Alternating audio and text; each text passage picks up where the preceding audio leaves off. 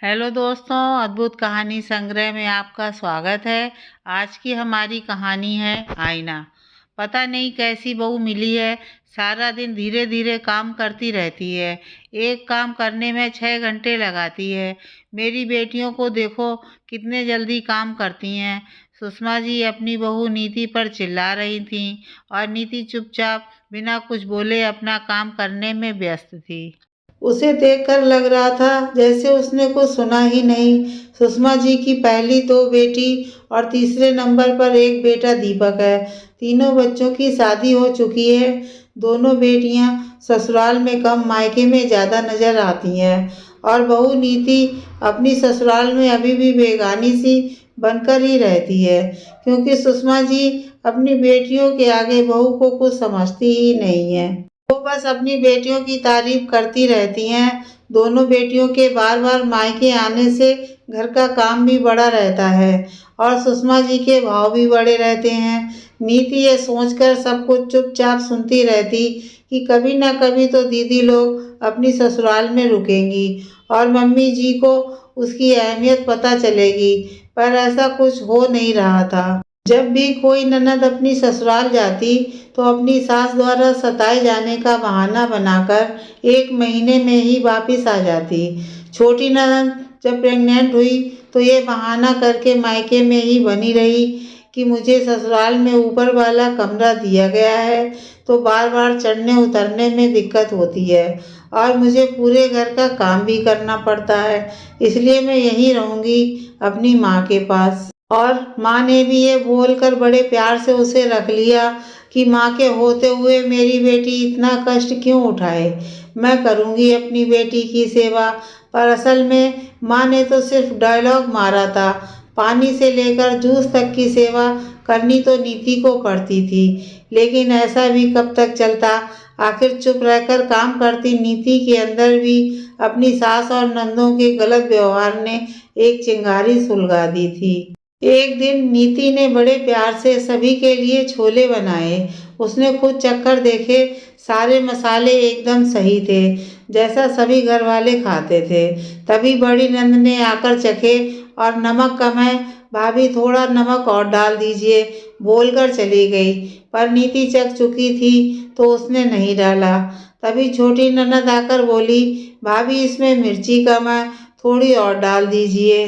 नीति ये सब सुनकर अंदर तक सुलग गई, पर अपनी आदत अनुसार बिना कुछ बोले अपना काम करती रही। खाना बनाकर टेबल पर लगाई और सभी को बुला लिया खाना खाने के लिए।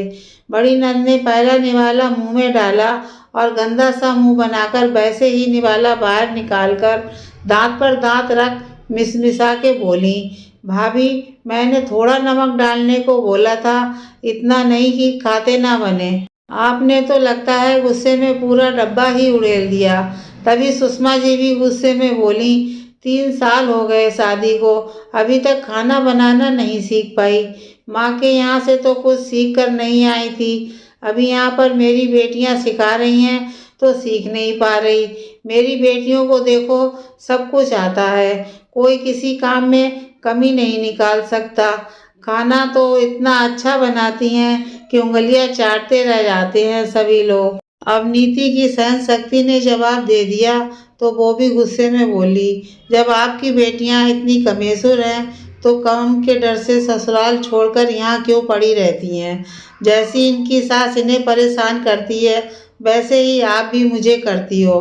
पर मैं ससुराल छोड़कर मायके नहीं गई, क्योंकि मेरी माँ ने मुझे सिखाया है कि काम करने से कभी डरना नहीं चाहिए। और आपकी बेटियां कितना अच्छा खाना बनाती हैं ये मुझे कैसे पता होगा। मेरे सामने तो इन्होंने कभी चाय तक नहीं बनाई। आपको अपनी बेटियों का खाना इतना ही पसंद है तो उन्हीं से बनवा लीजिए। मुझे अपने हाथ का खाना बहुत पसंद है, इसलिए मैं यही खा लेती हूँ।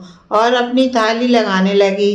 फिर कुछ याद आते ही दोनों नंदों की तरफ मुँह कर बोली, और हाँ दीदी, आपने कहा था मुझसे नमक मिर्ची और डालने के लिए, पर मैं पहले ही छोले चख चुकी थी। इसलिए मैंने कुछ डाला ही नहीं था जो आपको ज़्यादा लगने लगे। इतना बोल नीति अपनी थाली लेकर अपने कमरे में चली गई। यहाँ डाइनिंग टेबल पर एक खामोशी पसर गई। सुषमा जी और उनकी दोनों बेटियां आश्चर्य से कभी बहू का कमरा कभी छोले देख रही हैं और सोच रही हैं कि कभी कुछ न बोलने वाली बहू आज सच्चाई का ऐसा आईना दिखा गई कि उसमें अपना ही चेहरा देखते नहीं बन रहा। आखिर मैं ही तो अपनी बेटियों की हर गलती में साथ देती आई हूँ, पर अब नहीं, मुझे अपनी बेटियों को उनकी गलती का एहसास करवाना ही पड़ेगा। पर उससे पहले बहू से बात करना ज़रूरी है। सोचते हुए सुषमा जी उठकर बहू के पास जाने लगीं तो पीछे से दोनों बेटियों ने आवाज़ दी, मम्मी जी आप उसके पास क्यों जा रही हो? वो इतना मुंह चलाकर गई है, वही आएगी आपसे बात करने। तो सुषमा जी ने एक लंबी सांस लेकर कहा, नहीं बेटा, आज मैं खुद जाऊंगी उसके पास। आज मुझे अपनी गलती का एहसास हो गया। तुम्हारी माँ बनने के चक्कर में मैं अपनी बहू की सास तो बन ही नहीं पाई। बहू से माफ़ी मांग, अब से उसकी अच्छी सास बनने की कोशिश करूंगी। और तुम लोग भी अगर अपनी इज्जत चाहती हो तो अपने ससुराल में जाकर मेरी बहू की तरह अच्छी बहू बनने की कोशिश करो और मन लगाकर अपने सास ससुर की सेवा करो। और सुषमा जी चली गई माफ़ी मांगने अपनी बहू से। सुषमा जी की दोनों बेटियां भी समझ गईं कि अब यहाँ उनकी दाल नहीं गलने वाली, तो वो भी अपनी ससुराल जाने की तैयारी करने लगी।